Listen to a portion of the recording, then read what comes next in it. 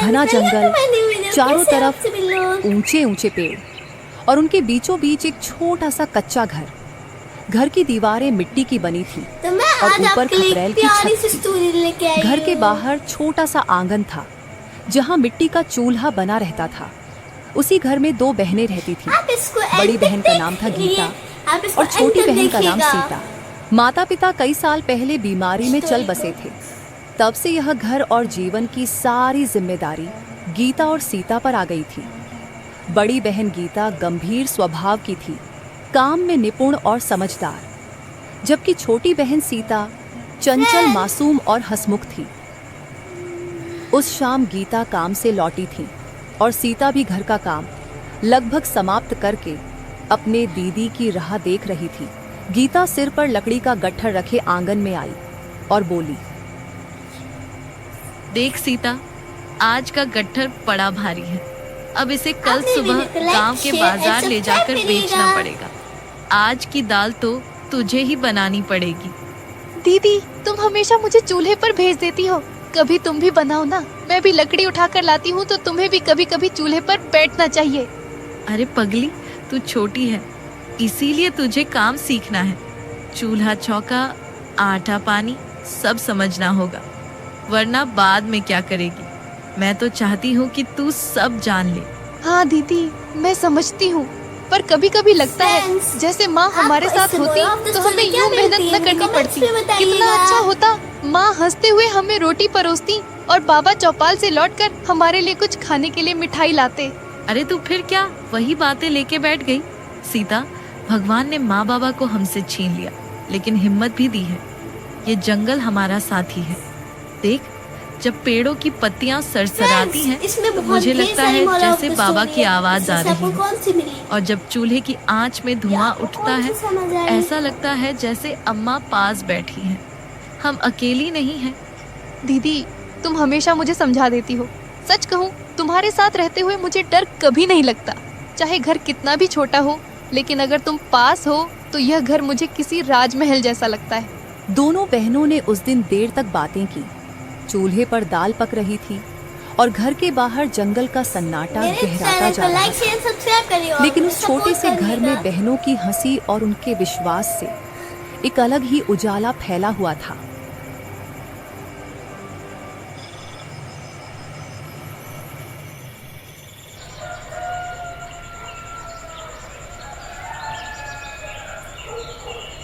सुबह का समय था। गीता और सीता ने लकड़ी का गट्ठर सिर पर उठाया और गांव की ओर चल पड़े। रास्ता जंगल से होकर जाता था। पक्षियों की चहचहाहट, पत्तों की सरसराहट और बीच बीच में झाड़ियों में जानवरों की हल्की आवाज। जब वे गांव पहुंचे तो चौपाल की तरफ से गए। चौपाल पर गांव के बड़े बुजुर्ग बैठे थे। फ्रेंड्स, मुझे तो ये स्टोरी बहुत अच्छी लगी थी, आपको कैसी लगी? अरे गीता, सीता, आज फिर इतनी लकड़ियां लेके आ गए। ये भारी गट्ठर तुम दोनों अकेले कैसे धो लेती हो? जंगल में डर नहीं लगता? बाबा, डर तो कभी कभी लगता है, पर हमें भरोसा है कि भगवान हमारे साथ है और जंगल हमारे लिए माता पिता जैसा है। वही हमें सहारा देते हैं।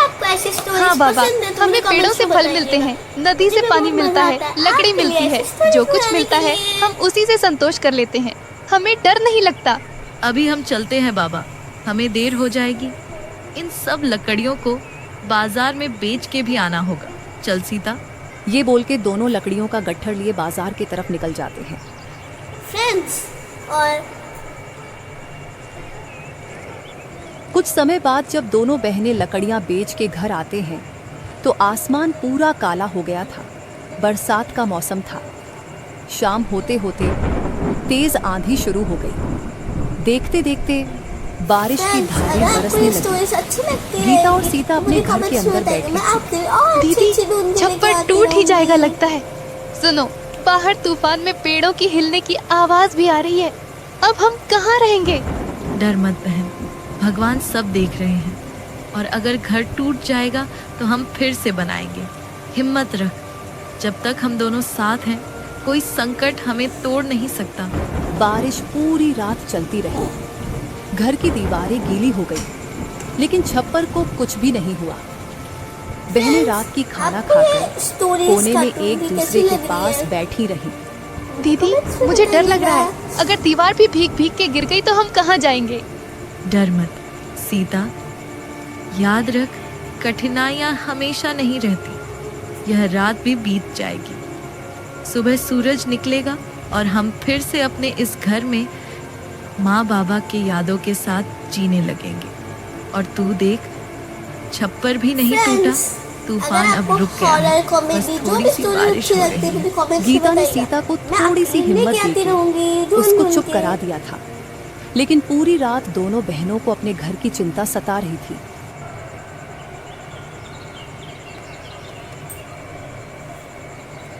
सुबह जब गांव की निराला काकी उनके घर देखने आई तो उसने घर की हालत देखकर बोली, अरे बेटियों, शुक्र है तुम्हारा घर ठीक है। मुझे और तुम्हारे काका को तुम दोनों की चिंता सता रही थी। पता नहीं दोनों बच्चियां इतनी तेज आंधी बारिश में कैसी होगी, लेकिन भगवान का शुक्र है तुम दोनों और तुम्हारा घर ठीक है। काकी, आप लोगों की आशीर्वाद और भगवान की कृपा से हमेशा की तरह ये घर बस गया और हम भी सुरक्षित हैं। और लगभग बारिश की मौसम खत्म होने ही वाला है, तो अब मन से थोड़े फिक्र कम होने भी लगी है। आप सब हमारे लिए माँ बाप जैसे हैं। अच्छा लगा कि आप हमारी हाल पूछने आए काकी। हमारा आशीर्वाद तो हमेशा रहेगा, लेकिन बेटी, हम तो कब से चाहते हैं कि तुम दोनों हमारे वहाँ आके रुको। इस जंगल के बीच तुम लोग इतने भी सुरक्षित नहीं लगते। नहीं काकी, आप तो जानते हैं, ये जमीन और घर माँ बाबूजी की आखिरी निशानी है। इसे छोड़कर हम कहीं नहीं जा सकते।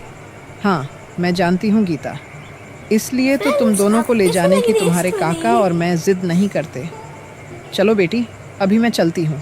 थोड़ी देर रुकिए ना काकी, चाय पी के जाते तो अच्छा लगता। नहीं नहीं बेटी, तुम लोग काम करो, मैं चलती हूँ।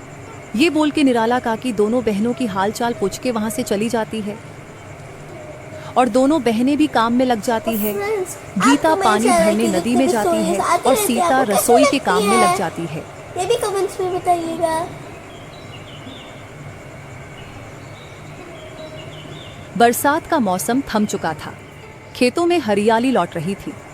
गांव में धीरे धीरे मेले की तैयारी शुरू हो गई थी।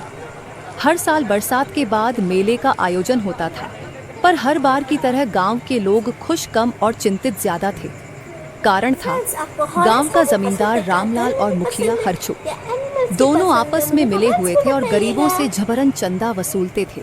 उस दिन सुबह गीता और सीता घर के आंगन में अनाज सुखा रही थी। चूल्हे पर सीता दलिया चढ़ा चुकी थी। तभी दूर से जमींदार और मुखिया और जमींदार का आदमी दिखते हैं। दीदी देखो तो, ये तो जमींदार और मुखिया हैं। यहाँ क्यों आ रहे होंगे?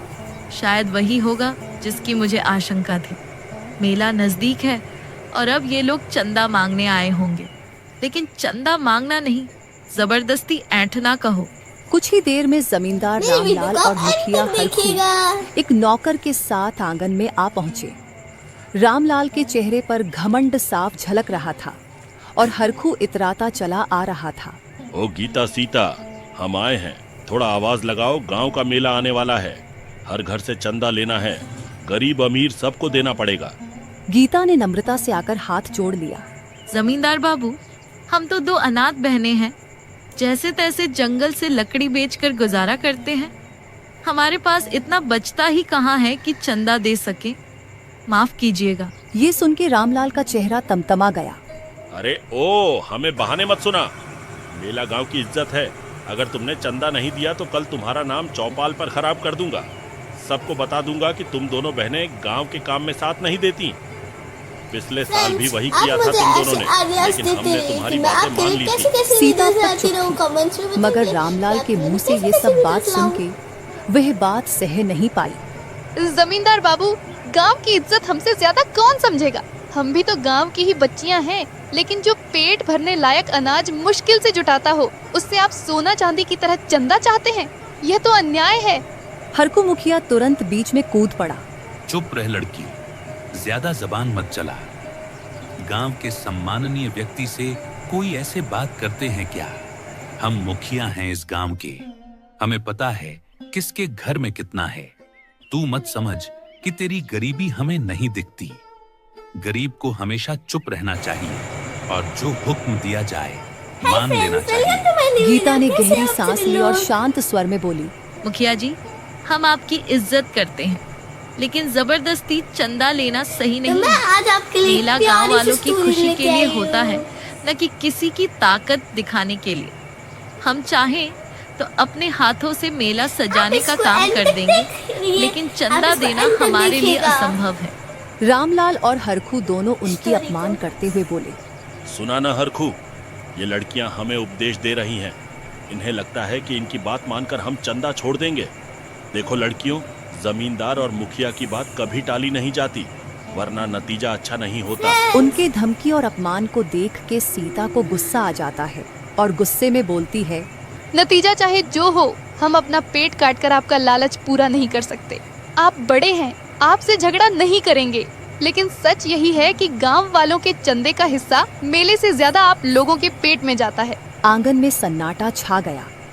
जमींदार और मुखिया को उनके इल्जाम लगाने पर बहुत गुस्सा आया और हरखू ने गुस्से में बोला, रामलाल जी, छोड़िए इन्हें। चलिए चौपाल पर इनका नाम चढ़ाते हैं और इनको मेले में प्रवेश करने से पाबंदी लगा देंगे। फिर देखेंगे गांव के लोग इनसे कैसा व्यवहार करते हैं।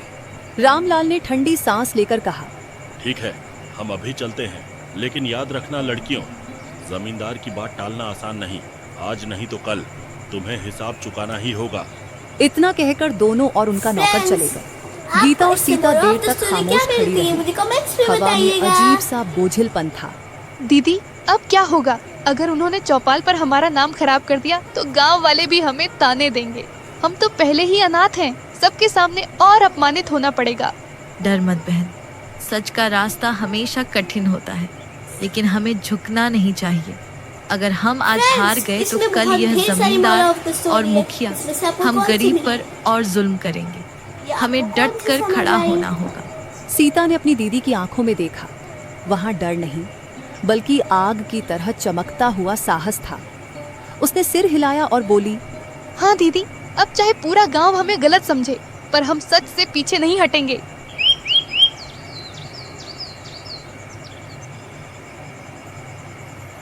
कुछ समय बाद अंधेरा होता है।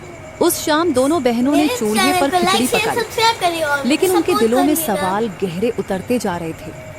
क्या सचमुच अब पूरा गांव उनके खिलाफ हो जाएगा, या फिर गांव वाले उनकी सच्चाई को समझेंगे?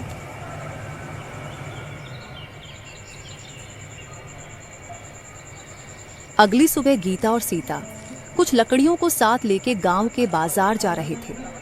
तभी दोनों ने देखा कि जमींदार और मुखिया गांव के कुछ लोगों को जमा करके गांव के होने वाले मेले की बारे में बता रहे थे।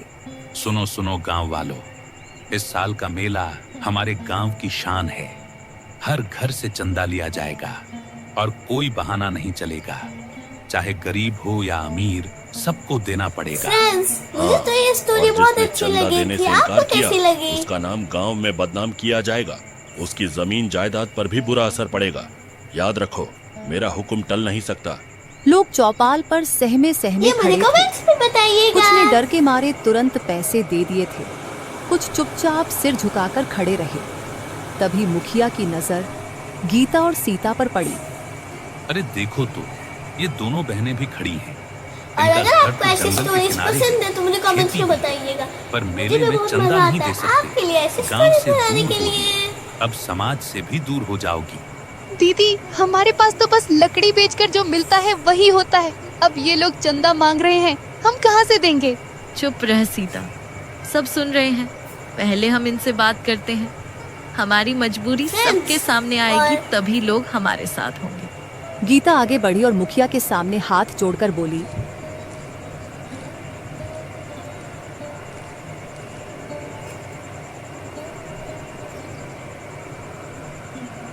मुखिया जी, जमींदार बाबू, हम तो दो अनाथ बहनें हैं।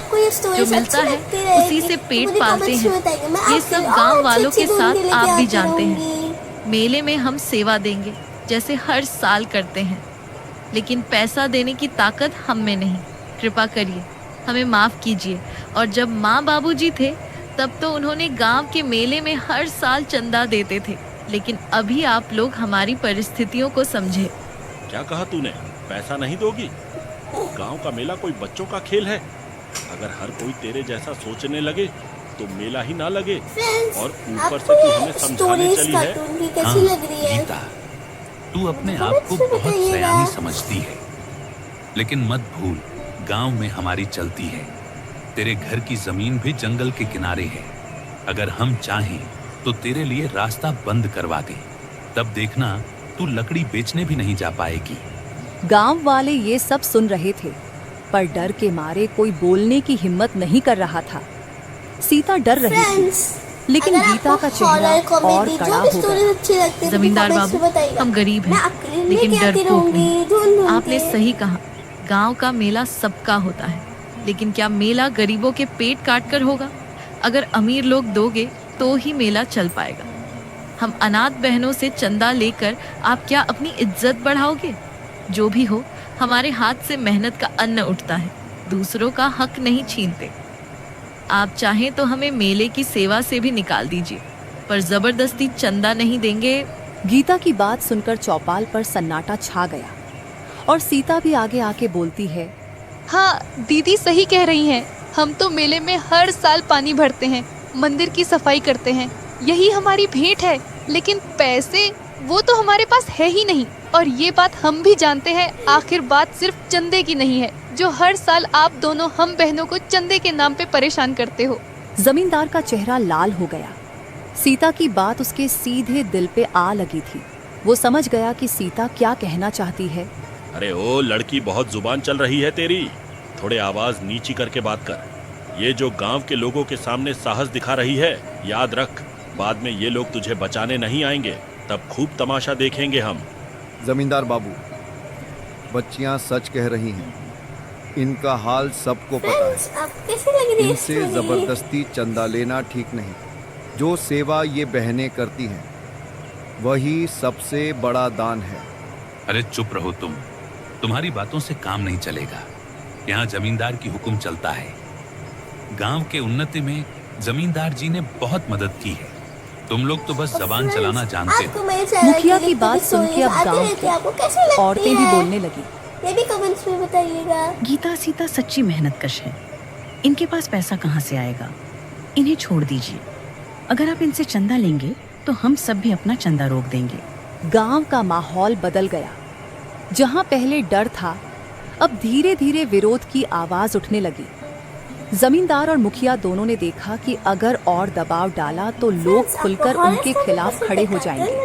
ठीक है, ठीक है, इन बहनों से हम कुछ नहीं लेंगे, लेकिन याद रखना, जिसने जमींदार की बात टाली उसका भला कभी नहीं हुआ। यह कहकर वह अपने नौकर और मुखिया को लेकर आगे बढ़ गया। मुखिया ने जाते जाते गीता और सीता पर तिरछी नजर डाली, मानो कह रहा हो कि यह मामला यहीं खत्म नहीं हुआ है। सीता थोड़ी सी डरी हुई होती है। उसने गीता से कहा, दीदी ये लोग दुश्मनी पर उतर आएंगे, मुझे डर लग रहा है। डर मत सीता, आज हमने सच कहा है। अगर हम झुक जाते तो कल ये लोग और भी दबाव डालते। सच बोलने से डरना नहीं चाहिए। हाँ, मुसीबतें आएंगी, पर अगर गांव हमारे साथ हुआ तो हमें कोई नहीं हरा पाएगा। गांव वाले जमींदार और मुखिया से डर के भी बहनों का साथ दिया था, और दोनों बहनों का हिम्मत देख के सब खुश होते हैं।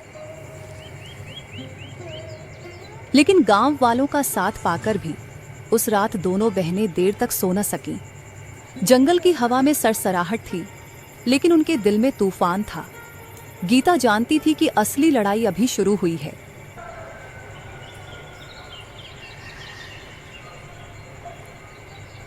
अगली सुबह दोनों बहनें चिंतित अवस्था में एक दूसरे से बात करते हैं। दोनों डरी हुई थी। दीदी रात को आंखें बंद करूं तो वही छवि आ जाती है, मुखिया की ठसक और जमींदार की आंखों की चुभन। वे जाते जाते कुछ कह रहे थे, ऐसा लगा जैसे उनकी साजिश हमारी जमीन से जुड़ी हुई है। मैं सो नहीं पा रही। मैं भी नहीं सीता, तू ठीक बोली। वे शांत नहीं बैठेंगे, उनकी नजरों में सिर्फ फायदा है। हमारे माँ बाप ने जो मेहनत की वही उन्हें सही नहीं बैठ रही। यहाँ जमींदार के घर कमरे में उसका एक नौकर और मुखिया बैठा हुआ है। हम कितने समय से उनके जमीन पर नजर डाले हुए हैं। जब दोनों लड़कियों के पिता थे तब गया था मैं एक दिन उससे वो जमीन खरीदने, लेकिन उसने मुझे बेइज्जत करके भेज दिया था। आज भी नहीं भुला पाता हूँ और उसी को कल उनके बेटियों ने दोहराया है। मुझे अब उनकी वो जमीन लेके उनसे बदला लेना ही होगा। हमारा फायदा भी तो है। अगर गीता सीता की जमीन हमारे हाथ में आई तो हम वहाँ आज आपके लिए प्यारी सी स्टोरी लेके आई बढ़ा भी हूँ। तो सकेंगे। अरे वही तो मैं कब से चाहता हूँ, लेकिन हो नहीं पा रहा। मेरे व्यापार के लिए वो जगह एकदम सही है। अब हमें ये मेले के नाम पे ही उन्हें वहाँ से खदेड़ने का मौका मिला है, और अगर गांव वाले भी उनके तरफ से बोले तो सबके सामने दोनों बहनों को कुछ पैसे देके उस जमीन से निकाल फेंकेंगे। यही सब बात करके सब ये योजना बनाकर दोपहर को ही बहनों के घर मुखिया और जमींदार अपने नौकर के साथ आते हैं। अब तुम्हें तुम्हारी बातों की सजा मिलेगा। तुमने जो मेले में अपना योगदान न देके पूरे गांव का अपमान किया है, उसका भुगतान करना ही होगा। अब बात चंदे की नहीं है। अब या तो ये जमीन छोड़कर यहाँ निकल जाओ या तो पूरी जिंदगी समाज से अलग रहो। तब तो तुमको कुछ हो भी गया तो समाज के नियमों की वजह से तुम्हें कोई पूछने भी नहीं आएगा। हमने कुछ भी गलत नहीं किया। यह हमारी माँ बाप की जमीन है। आप लोग कानून और लोगों का विश्वास का गलत फायदा मत उठाओ। हम जानते हैं जब जमींदार जी और आपकी नजर बरसों से हमारी इस जमीन पर थी, लेकिन हम आपको ये जमीन कभी नहीं देंगे। तो इसमें गलत ही क्या है? वैसे भी तुम दोनों इस जमीन का करोगे क्या? आखिर में दोनों को लकड़ियां ही तो बेचने जाना है। इससे अच्छा जमीन हमें देके निकल जाओ कहीं, और हम तुमको पैसे भी दे देंगे। हमें पैसों की जरूरत नहीं है। हम ये माँ बाबूजी की संपत्ति कभी नहीं छोड़ेंगे। जमींदार और मुखिया को दोनों बहनों की जिद देख के बहुत गुस्सा आया और मुखिया बोला, ठीक है फिर देखना अब तुम्हें समाज में कैसे बेइज्जत करता हूँ और समाज से कैसे निकाल फेंकता हूँ। फिर देखूंगा तुम लोग कैसे इसमें बहुत और ढेर कहाँ सारी लकड़ियाँ मोरल बेच के घर चलाते हो। ये बोल के सब वहाँ से गुस्से से निकल गए। दोनों बहनों को ये सुन के बहुत डर लगता है और दोनों चिंतित होके गांव के रामधन काका के पास जाते हैं, जो कि उन्हें अपनी बेटी की तरह मानते थे। बेटियों, क्या हुआ? तुम दोनों थोड़े चिंतित लग रहे हो। काका, वे लोग जमींदार और मुखिया वे हमारी जमीन पर नजर डाल रहे हैं। आज वे लोग हमें धमका कर गए और इसीलिए हम डरे हुए हैं। इन्हें डर दिखाकर लोगों की जायदाद हथियाना कोई नई बात नहीं, पर डरने की कोई बात नहीं है। तुम लोगों के पास तो जमीन के कागजात है ही, तो कागज संभाले रखना। मैंने पहले ही कहा था कि तुम्हें हमारे साथ रहना चाहिए। तुम्हें वहाँ अकेले छोड़ना सही नहीं है। मैं जानता हूँ ये दोनों वो घर कभी नहीं छोड़ के आएंगे। वहाँ उनकी यादें हैं। ये दोनों भी अपने पिता जैसे ही हैं। आप मेरी स्टोरी लेकिन को बेटियों, अंत तक तुम लोग देखिएगा। चिंता मत करो। मैं अभी ठाकुर हरि प्रताप के पास जाऊंगा और सब बताऊंगा। उनकी कई गांव में चलती है, उनसे ऊपर कोई नहीं है। हमारे गांव के मुखिया चुनना भी उनके ही हाथ में होता है। काका, क्या ठाकुर जी हमारा साथ देंगे? चिंता मत करो, ठाकुर जी सच्चे लोगों की हमेशा मदद करते हैं। मुझे तो ये स्टोरी मैं अभी बहुत ठाकुर अच्छी जी को लगी बताकर थी। आता आपको हूँ। कैसी लगी? और तुम्हें डरने की जरूरत नहीं। थोड़े समय बाद रामधन काका ठाकुर हरि प्रताप के पास आता है। ठाकुर बड़े सख्त पर न्याय ये मुझे प्रिय किस्म कमेंट्स में के। बताइएगा। रामधन काका सब कहानी ठाकुर को विस्तार से बताते हैं। ठाकुर साहब, दोनों बहनें अनाथ थीं। उनकी माँ बाप ने वर्षों पहले इस जमीन पर मेहनत की। अब जमींदार और अगर आपको और ऐसी मुखिया उसे स्टोरीज छीनना पसंद है चाहते तो मुझे हैं। कमेंट्स में वे बताइएगा। पहले से ही कुछ गलत मुझे काम बहुत करते मजा रहे आता हैं, है आपके लिए कुछ ऐसी स्टोरी अवैध बनाने के व्यापार भी लिए। करते हैं, और यही जमीन उनके गलत काम के लिए काम आ सकती है। और इसलिए वो लोग अनाथ लड़कियों को परेशान कर रहे हैं। मैं भी सुन चुका था कि रामलाल की नज़र किसी की जमीन पर थी, जो कि वो कोई अवैध व्यापार करना चाहता है। पर अब जब खबर पुख्ता है तब कदम उठाना पड़ेगा। तुमने क्या सबूत प्रस्तुत किए? अभी कोई सबूत तो नहीं है ठाकुर जी, लेकिन वे दोनों बहनों को परेशान करते आए हुए हैं, जबकि दोनों बहनों के पास जमीन की कागजात भी है। आप अपने एक आदमी को मेरे साथ भेज दीजिए। मैं और आपका आदमी दोनों उन लोगों का सच आपके सामने लाएंगे। ठीक है, मैं अपने एक भरोसेमंद आदमी को देखरेख के लिए भेज देता हूँ। रामलाल की हर चाल पर नजर रखी जाएगी। अगर उसने कोई नकली कागज बनवाए या फिर दोनों बहनों को परेशान किया और कुछ गलत व्यापार करने का सोचा तो मैं तुरंत उनको सजा दूंगा। ठाकुर जी, पर उनके पास पैसे और दबाव है, वे पटवारी को खरीद सकें तो। तुम ये सब की चिंता मत करो। अगर तुम और मेरा आदमी उनकी सच सामने न ला पाए तो मैं कुछ और लोगों को हर जगह भेज दूंगा, गांव के पेड़ों के पास, रास्तों पर, जो रात दिन उनकी हरकतों पर नजर रखेंगे। और अगर कोई फर्जीवाड़ा हुआ तो मैं चौपाल में सारे कागज खोलकर रख दूंगा और न्याय करूंगा।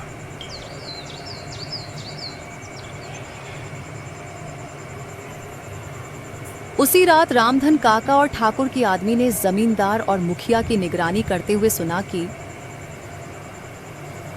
अरे मुखिया, अब मुझसे ये सब सहा नहीं जा रहा, मेरा बहुत नुकसान हो रहा है।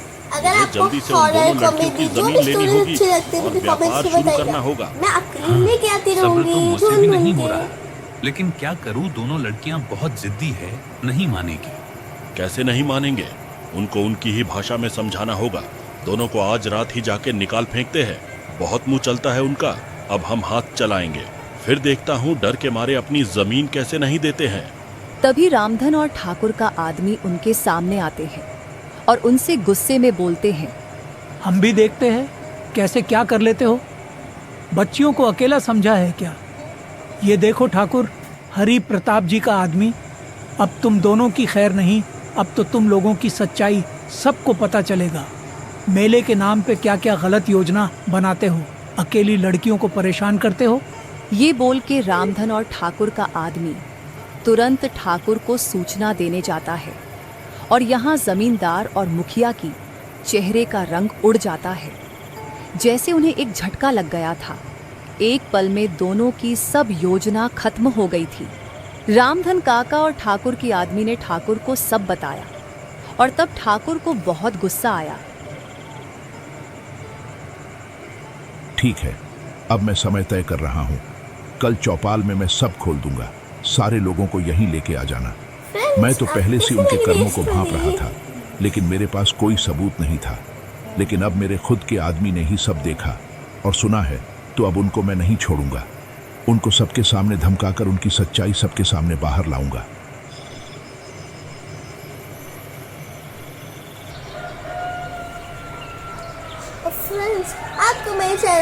अगली सुबह चौपाल में गांव के बहुत लोग जमा हैं। जमींदार और मुखिया को भी बुलाया जाता है। दोनों डर और शर्म के मारे सिर झुकाए हुए थे। ठाकुर उठते हैं और बोलते हैं, रामलाल, मुखिया, तुमने अपने बैसाखी दिखाकर काफी भय फैलाया, पर आज हम सबके सामने यह फैसला होगा, सत्य क्या है और झूठ क्या। तुम लोग खुद से सब सच बोलोगे तो तुम्हें कम सजा होगा, और अगर मुझे निकलवाना पड़ा तो बात बहुत गंभीर होगी। जमींदार और मुखिया के पास सच बोलने के सिवा और कुछ रास्ता नहीं था।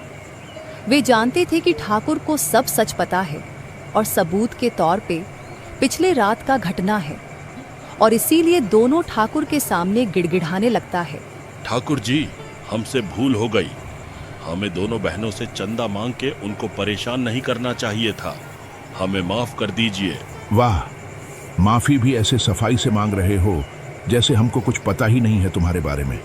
अरे सच बोलो कि तुम लोग चंदे के नाम पे दोनों अनाथ बहनों को इसलिए परेशान करते थे ताकि तुम्हें उनकी जमीन मिल सके, और उस जमीन पर तुम लोग नशीली पदार्थ का अवैध व्यापार कर सको। ये सुन के मुखिया और जमींदार सबके सामने बहुत शर्मिंदा होता है और अपना सिर झुका लेते हैं। अब ये शर्म से सिर झुकाकर खड़े रहने का कोई फायदा नहीं है। जल्दी से सबसे माफी मांगो और दोनों बहनों से हाथ जोड़ के माफी मांगो। और तो और मुखिया, तुमको अब से गांव के मुखिया पद से निकाला जाता है, और जमींदार रामलाल, तुमको सजा के तौर पर गांव के मेले के लिए सब गांव वालों की चंदा तुमको देना होगा। ऐसा मत कीजिए ठाकुर जी, मैं अब से ये गलती दोबारा नहीं करूंगा। आप मुझे मुखिया पद से मत निकालिए। हाँ ठाकुर जी, मैं भी पूरे मेले का खर्चा नहीं उठा पाऊंगा, ऐसे तो मैं बर्बाद हो जाऊंगा। हम आगे से ये गलती नहीं करेंगे, हम पे दया कीजिए। ये सब मैं नहीं जानता, बहुत हो चुका तुम लोगों की मनमानी। अब तुमको कोई भी दूसरा मौका नहीं मिलेगा। मैं तो तुम दोनों की हरकतों को बहुत पहले से देख रहा था, लेकिन अब तुम्हारे गलतियों को नजरअंदाज नहीं किया जाएगा।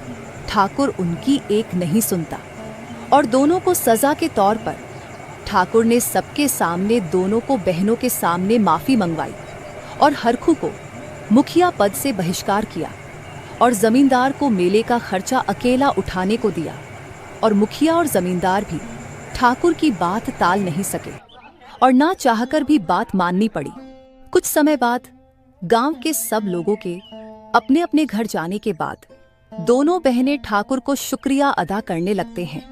ठाकुर जी, आपने आज हमको सिर्फ न्याय नहीं दी, बल्कि आपने हमारी जिंदगी बचाई है। आप बहुत दयालु और न्यायप्रिय हैं। हाँ, दीदी ने सच कहा है। आपने आज हम दोनों बहनों का उद्धार किया है। आप नहीं होते तो ये दोनों जमींदार और मुखिया हमको हर साल परेशान करते रहते। अरे, इसमें धन्यवाद की कोई जरूरत नहीं है। ये सब मेरा काम है। बहुत से गांव मुझे मानते हैं और इसी मान को रखने के लिए मैं हमेशा सबकी मदद करता हूँ। और अगर धन्यवाद देना ही है तो अपने रामधन काका को दो। इन्हीं को तुम दोनों को न्याय दिलाने का श्रेय जाता है। ये तो हमारा सौभाग्य है कि हमें इनके जैसा काका मिला है। भले ही खून का रिश्ता ना हो, फिर भी इन्होंने खून के रिश्तों से हमेशा ज्यादा निभाया है। आपका बहुत बहुत शुक्रिया काका। आपका शुक्रिया काका। आप हमेशा हम पर अपना प्यार और आशीर्वाद बनाए रखना। अरे अरे, ये क्या बोल रहे हो तुम दोनों? भला अपनों से क्या ही शुक्रिया कहना। और वैसे भी मेरा और तुम्हारी काकी का आशीर्वाद और प्यार तुम दोनों पर हमेशा से था और रहेगा। बस ये शुक्रिया बोल के शर्मिंदा मत करो। यही सब बात करके सबके चेहरे पर हंसी आ जाती है और सब हंसी खुशी घर चले जाते हैं। घर पहुंचकर दोनों बहनें राहत की सांस लेते हैं और अपनी माँ बाबूजी की जमीन, घर और यादों को सही सलामत है ये सोच के दोनों की मन में शांति आता है। देख बहन, मैंने बोला था ना कि सच का रास्ता कठिन होता है, लेकिन हमेशा अच्छा होता है। हम हमेशा माँ बाबूजी की दिखाई सच के राह पर चलते आए हैं, इसीलिए आज भगवान ने हमारी लाज और ये घर दोनों बचा लिया। पता नहीं आगे क्या क्या कठिनाई आएगी, लेकिन हमें ऐसे ही डट कर सामना करना होगा। हाँ दीदी, आप हमेशा से सही होती है और आज तो हमें माँ बाबूजी भी देख के खुश हो रहे होंगे, हम पे गर्व कर रहे होंगे। सही कहा बहन, माँ बाबूजी जहाँ है वहाँ से हमें देख के खुश हो रहे होंगे। यही सब संघर्षों को झेलने के बाद और दोनों के एक दूसरे के साथ देने से अब उनके जीवन में कठिनाई कम हो रही थी और दोनों की गांव में सम्मान बरकरार रहती है।